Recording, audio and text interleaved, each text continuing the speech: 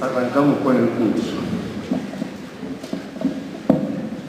Voy a exponer el pensamiento del padre Castellani sobre nuestra historia, lo que nos obliga a hablar de la historia en general, o sea, cómo conectamos nosotros con la historia.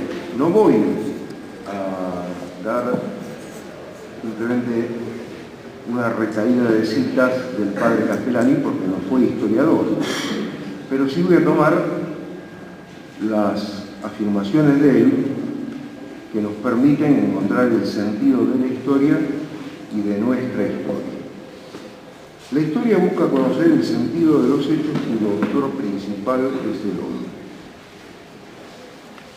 Solo la revelación nos puede dar certeza sobre el sentido total de la historia, porque el conocimiento del futuro es propio de Dios. El sentido que Dios ha inscrito en la historia es la realización de su reino en este mundo. Un reino que ya se ha realizado con Cristo, pero se difunde lenta y misteriosamente por medio de la Iglesia y solo alcanzará su plenitud al fin de los tiempos. Así se puede decir, esto de Castellani, que la Iglesia es el sentido de la historia del mundo.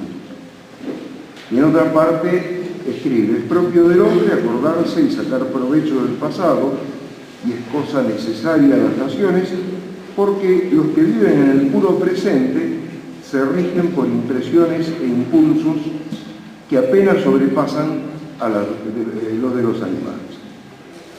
Entender el sentido de la historia, maestra de la vida, es más urgente aún cuando no solamente, vuelvo a citar a Castellani, se desacuerda uno, sino que además se malacuerda, falseándose la memoria o falseándose la memoria colectiva de un pueblo. Esa memoria colectiva es la historia y la tradición. Ahora bien, ese falseamiento tiene lugar en nuestro país, donde rige un gran intento y esfuerzo por hacer inmortales, por ejemplo, a hombres que ya estaban muertos cuando vivían. O sea, hay un gran intento por galvanizar momias. Recordemos que Castellani escribió el prólogo del libro de Ernesto Palacio, La historia falsificada. Los liberales tienen muy en claro que quien controla el pasado, controla el presente. Y quien se equivoca en historia, se equivoca en política. La mentira teológica, histórica, política, es la causa principal del desorden y del subdesarrollo del país. Si la Argentina está trazada como lo está, no es por causa de la raza, la religión o el clima, como dicen, ni por falta de inteligencia en los argentinos, sino porque la verdad está desplazada y acorralada. Desde la independencia el país está tragando una enorme cantidad de mentiras, las cuales hoy parecen ocupar todas las posiciones. En este trabajo, apoyándonos y citando muy frecuentemente al padre Castellani,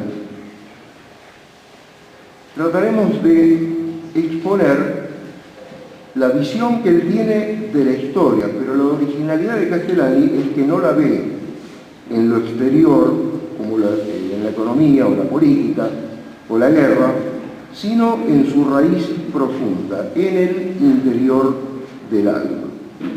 Nuestros historiadores, entre los cuales hay muy buenos, sin embargo, no han logrado mostrar o presentarnos la historia espiritual de nuestra patria. Cuando salió la historia argentina de Ernesto Palacio, el libro que Castellani consideraba muy bueno, señaló una omisión. Las historias eclesiásticas que existen son listas de nombres, fechas, sucesos externos que no reflejan en modo alguno a la Iglesia. Actualmente se plantean en el país una serie de preguntas y problemas que solamente una buena historia eclesiástica podría responder. La Iglesia está casi ausente de la historia argentina de Ernesto Palacio.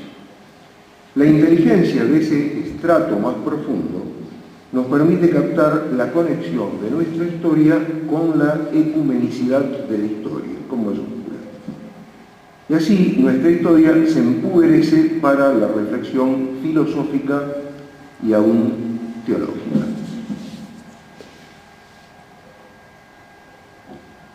La revelación nos enseña que nuestra patria definitiva es el cielo. Bueno, hablamos de historia, ahora empezamos a hablar de la patria. Es que el hombre no vive aislado, es un ser social y además es un ser tradicional. Alguien se dedica a cultivar la viña, tendrá que usar lo que aprendieron sobre la viña los antecesores de él o gente que haya vivido antes que él.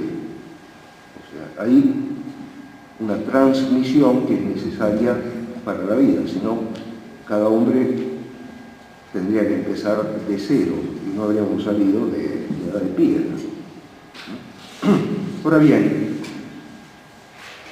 social, tradicional, la vida humana exige arraigar en alguna parte. Como decía Calderón Bouchet, el árbol puede abrir su copa hacia el cielo porque está arraigado, mete las raíces en la tierra. El hombre necesita raíces, un espacio geográfico donde pueda vivir según una tradición, que es un patrimonio de valores, recuerdos, costumbres, y además abierto al futuro, porque todo eso es necesario para cumplir su propio destino. Lo telúrico, el arraigo y la misión o empresa que tiene frente a sí una comunidad responden a las exigencias de nuestra naturaleza, que por una parte es sensible y por otra parte es espiritual. Esta es la razón por la cual el hombre necesita una patria que es objeto de amor espontáneo. Bueno, aún en los animales se denota, se descubre el apego a la tierra, ¿no? Se llama querencia. En el plano humano se da también, de modo distintivo, todos aman el lugar donde han nacido. Y ese apego instintivo puede llegar a ser virtuoso o vicioso. Es vicioso cuando constituye un amor irracional a la tierra donde uno ha nacido y recibe una herencia para realizar una empresa, porque entonces busca enaltecer una nación despreciando a todas las demás. Es virtuoso cuando, es decir, no necesariamente enfrenta una nación con las otras, sino que ese amor responde a una exigencia de la naturaleza humana. Y por fin, ese amor a la patria, si es virtuoso, puede ser levantado al plano teologal. O sea, una patria puede ser amada porque es cosa de Dios, porque en ella se ha sembrado el Evangelio, o puede ser amada para que en ella sea sembrado el Evangelio, como los primeros cristianos amaron rectamente el Imperio Romano. Bien, para conocer cuál es la tradición que nosotros recibimos en nuestra patria, tenemos que dirigir la mirada a la cultura greco-romana transfigurada por la fe. El gran historiador Hilaire Belloc fue muy criticado por el presunto carácter simplista de su afirmación. La fe es Europa y Europa es la fe. Es decir, por supuesto que el Evangelio está llamado a arraigar en todas las naciones del mundo. Y el Evangelio puede ser recibido por cualquier cultura. Puede haber un Evangelio que impregne la cultura china, hindú, japonesa, de donde sea. Pero, si eso es de hecho,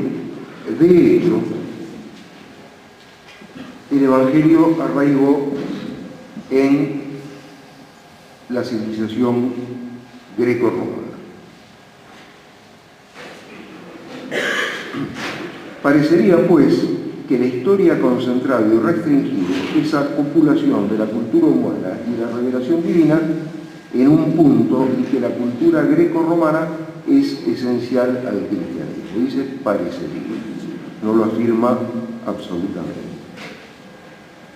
El logos griego, la inteligencia teórica griega, teórica y práctica, porque también los griegos fueron grandes artistas, esclareció Europa gracias a Roma. Los romanos se destacaron por su prudencia política y otras virtudes, pero su prudencia política. El imperio elegido por Dios como eje de la cultura del mundo, esto lo dice Castellani en San Agustín y nosotros, remonta su origen a la fundación de Roma. O sea, no hablamos de Grecia porque la herencia griega fue absorbida por Roma.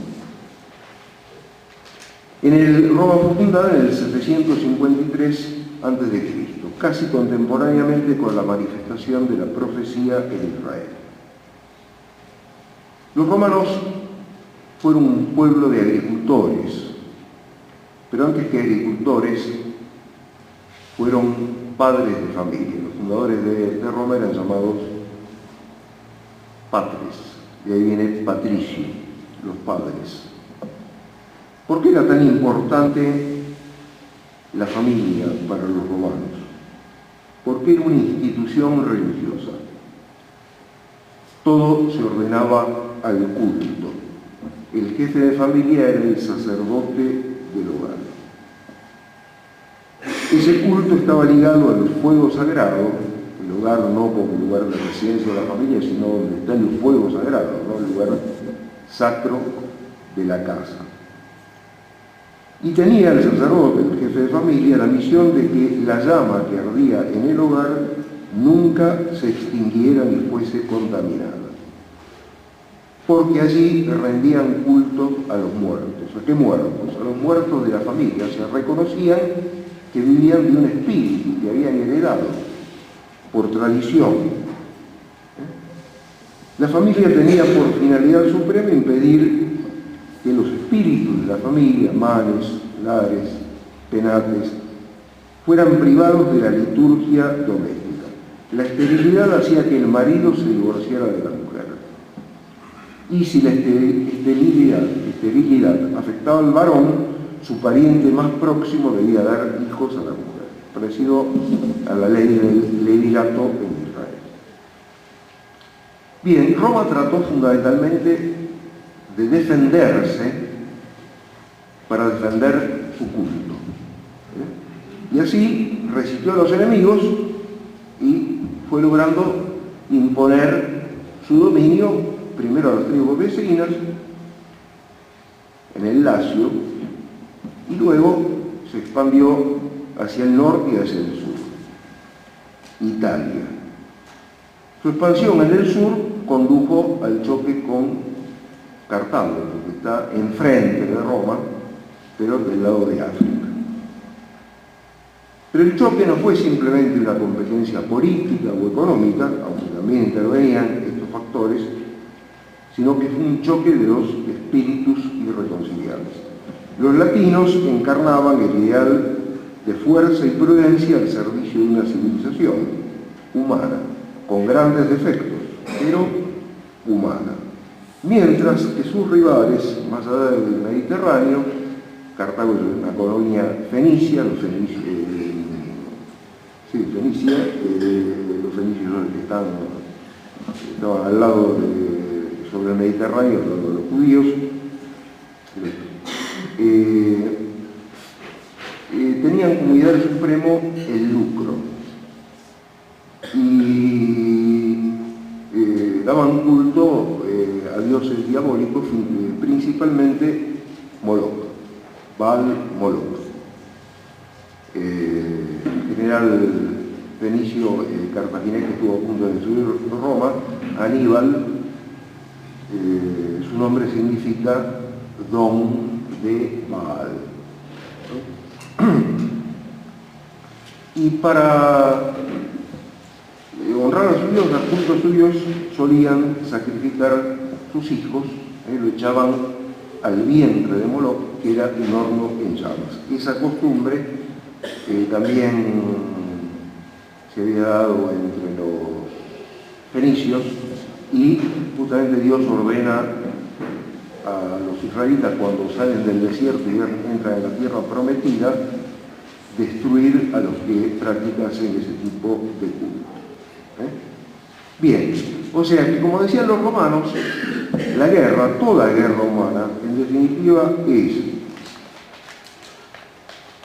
por los hogares, el de la familia, y por los altares, el de la religión, recibida por tradición y que da sentido, orienta a la vida social. O sea, el hombre, siempre que va a la guerra, dicen, bueno, va por razones económicas, va por razones políticas, va por razones raciales. En definitiva, lo que está defendiendo es una concepción total de la vida, del mundo. Y esa concepción total necesariamente es religiosa, ¿no? Y esa concepción total la ve encarnada en su familia, en su hogar. Está protegiendo la patria y la sociedad fundamental, que es la familia. Bueno, en el año 149 comienza la Tercera Guerra entre Roma y Cartago, que terminó con la destrucción total de Cartago.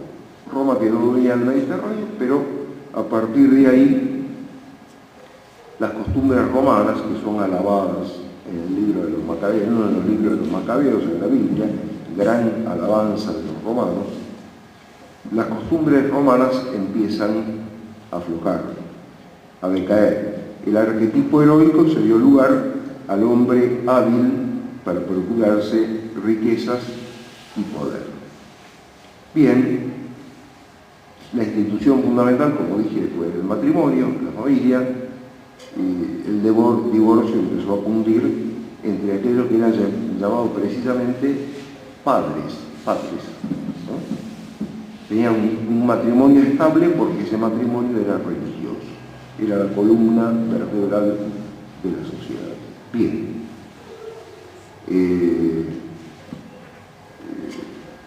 La clase alta se hizo superficial, inmoral, y una figura de excepción, Julio César, vio que se necesitaba algo nuevo. Él lo que pensaba era sustituir la república por